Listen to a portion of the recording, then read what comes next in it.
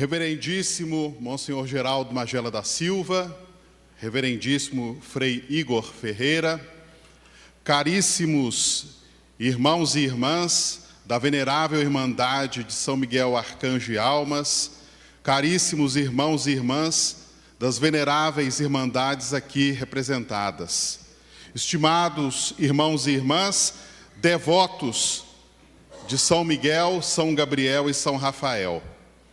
O Santo Evangelho da missa de hoje é concluído com uma revelação que Jesus faz aos seus apóstolos. A revelação da presença dos anjos e do modo como esses anjos se relacionam com ele. Os anjos vivem na glória celeste, onde louvam e bendizem o Filho de Deus, a segunda pessoa da Santíssima Trindade.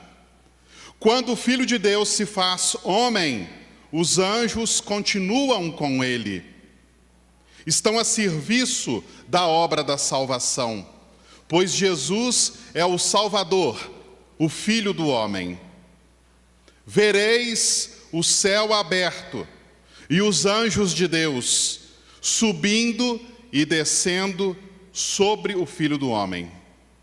Esse subir e descer dos anjos remete ao início da história do povo de Deus, mais precisamente ao sonho do patriarca Jacó. Naquele sonho, Jacó viu uma escada misteriosa, uma escada que unia o céu e a terra. E por esta escada os anjos subiam e desciam. A escada de Jacó possui várias interpretações.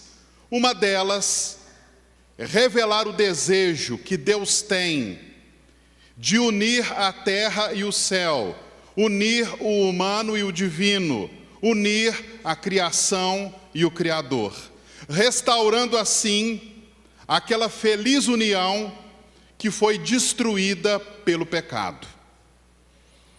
A restauração da união com Deus é a grande obra de Jesus, o Filho do homem.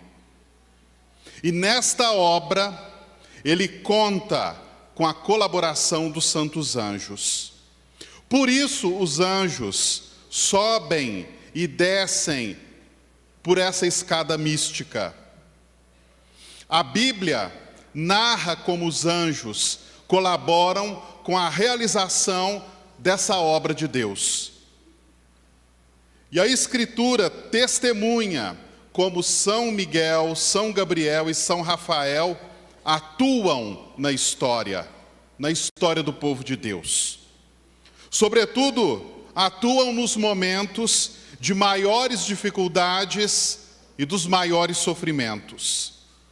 A atuação dos anjos é sempre benéfica e salvífica.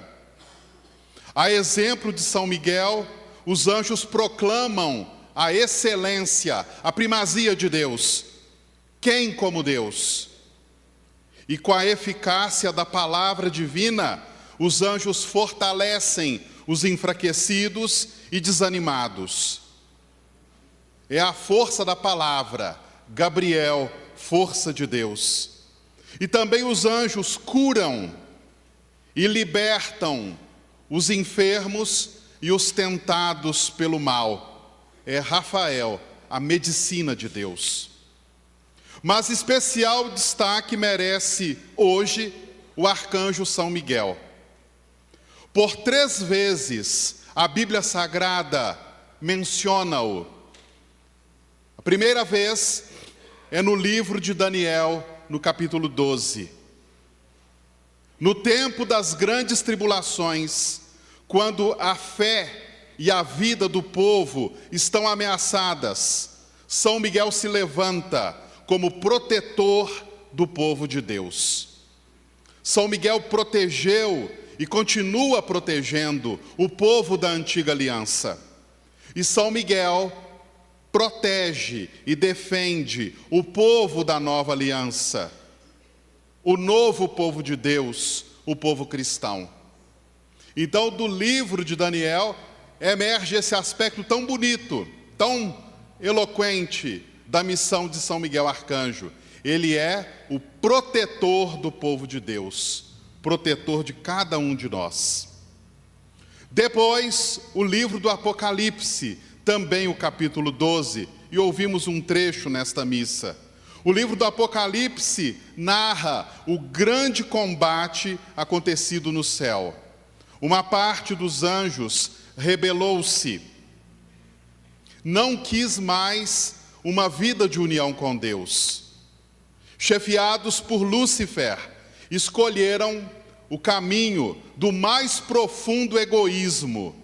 Cada um quis ser Deus de si mesmo, rejeitando assim o único Deus verdadeiro. E diante dessa rebelião, diante desse egoísmo blasfemo, São Miguel Arcanjo novamente se levantou e proclamou que somente Deus é Deus e mais ninguém. São Miguel escolheu em tudo amar e servir a Deus e liderou a multidão dos anjos que se manteve fiel a Deus. O livro do Apocalipse diz que Satanás foi lançado à terra e agora tenta cada pessoa, tenta a mim, tenta também a você. Tenta cada pessoa a segui-lo nesse louco caminho do egoísmo. Ser Deus de si mesmo e rejeitar o verdadeiro Deus. A exemplo de São Miguel, escolhamos Deus. A exemplo de São Miguel, queiramos Deus. E como São Miguel, brademos: quis ut Deus? Quem como Deus? Ninguém como Deus. Ninguém, absolutamente ninguém no lugar de Deus. Por fim, São Miguel é mencionado na carta de São Judas Tadeu, ou simplesmente carta de São Judas. A carta de São Judas é um dos menores livros da Bíblia. Apenas 2 páginas, um único capítulo. Num dos seus versículos, menciona-se um fato que é no mínimo curioso, mas rico de ensinamentos. Quando Moisés morreu, Satanás e São Miguel lutaram pela posse do cadáver de Moisés. São Miguel venceu a disputa e o corpo de Moisés foi sepultado num lugar tão bem escondido que até hoje não se sabe a sua localização. A Bíblia diz apenas isso. Todavia, a tradição dos judeus, sobretudo nos seus livros apócrifos, o livro de Enoque, a Assunção de Moisés, o Testamento dos 12 Patriarcas, explicam um pouco mais sobre esse fato quase lendário. E a pergunta que fica é esta: por que Satanás queria tanto o cadáver de Moisés? Queria Satanás o cadáver de Moisés para fazê-lo reviver. É isso que dizem esses apócrifos. Mas reviver aquele corpo não com a alma de Moisés. Satanás queria se colocar dentro daquele corpo, possuí-lo, fazê-lo viver e assim passar-se por Moisés e enganar o povo. Satanás queria pôr no cadáver de Moisés o seu próprio ser e assim criar um embuste, armar uma cilada para o povo fiel. E certamente o povo, vendo Moisés redivivo, ficaria não só espantado, o povo ficaria fascinado com aquele prodígio. e acreditando piamente ter diante de si o verdadeiro Moisés, eles acreditariam em tudo o que ele dissesse e fariam tudo o que ele mandasse e obedeceriam cegamente. E assim, um povo inteiro se afastaria do Deus vivo e, enganado, obedeceria a Satanás. Satanás escondido naquele cadáver reanimado. Obedeceria a Satanás e rejeitaria a Deus. Esse era o plano, essa era a farsa, o embuste, a cilada armada por Satanás. Mas nada disso aconteceu. E não aconteceu porque São Miguel se levantou e impediu a profanação do corpo de Moisés e a falsificação da sua mensagem. São Miguel vence a disputa, toma o corpo inanimado do piedoso Moisés e o sepulta num lugar seguro. É isso que nos conta, em linhas gerais, a tradição judaica. Mas, de maneira muito mais austera e objetiva, a carta de São Judas Tadeu narra esse mesmo fato, praticamente numa única frase, num único versículo, o versículo 9. Ali lemos o seguinte: no entanto, o arcanjo Miguel, quando estava disputando com o diabo o corpo de Moisés, não se atreveu a lançar-lhe em rosto uma invectiva injuriosa, mas apenas lhe disse: o Senhor te repreenda. E assim, repreendido pelo poder de Deus, Satanás foi derrotado. Caríssimos, esse versículo aparentemente nada tem a nos ensinar, aparentemente.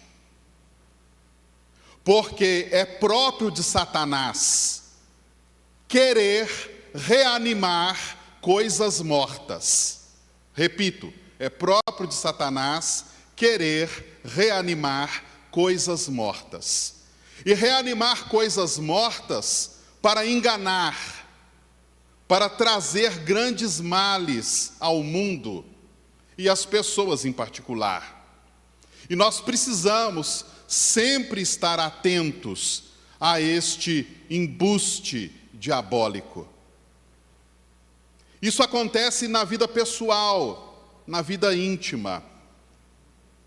Coisas mortas, verdadeiros cadáveres emocionais, são as raivas, as mágoas, os desejos de vingança guardados dentro de nós. São verdadeiros cadáveres emocionais. São também as lembranças ruins, são as paixões egoístas não vencidas de todo. E se deixamos Satanás reanimar tais coisas dentro de nós, quanta destruição.